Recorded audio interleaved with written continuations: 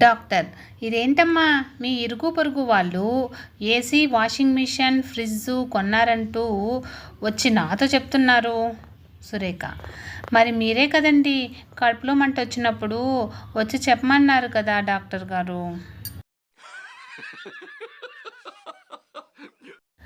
ఫోన్ని వైర్తో బంధించి ఉంచినంత కాలం మనుషులు స్వేచ్ఛగా ఉండేవారు. ఫోన్కు స్వేచ్ఛ ఇచ్చినప్పటి నుండి మనుషులు ఫోన్కు బందీలైపోయారు.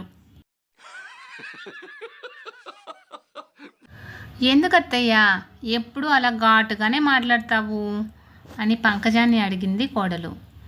నాకు షుగర్ ఉంది కదమ్మా, తీయగా మాట్లాడితే ఇంకా పెరుగుతుందని అలా ఘాటుగా మాట్లాడతాను. తండ్రి, అబ్బాయికి ఆస్తి ఉంది, జాబ్ ఉంది, అందంగా ఉన్నాడు, ఎందుకు వద్దంటున్నావు తల్లి? కూతురు, ఊరుకోండి నాన్న, ఫేస్బుక్ వాట్సాప్లో పట్టుమని 10 లైకులు కూడా రావు, వాడిని నేను పెళ్లి చేసుకోవాలా?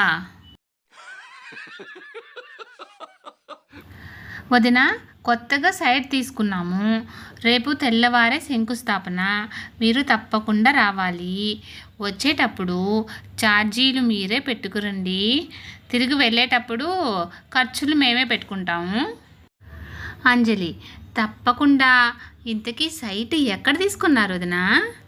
లలిత, చంద్రుని మీద వదిన, అక్కడే ప్రస్తుతం తక్కువ రేటుకు దొరుకుతుంది. ఆనందం, స్వామీజీ, నేను ఈరోజు నిష్ఠగా ఉపవాసం చేయాలనుకుంటున్నాను, ఏం చేస్తే దేవతలు కరుణిస్తారు? స్వామీజీ, no WhatsApp, no internet, no Facebook, no selfie.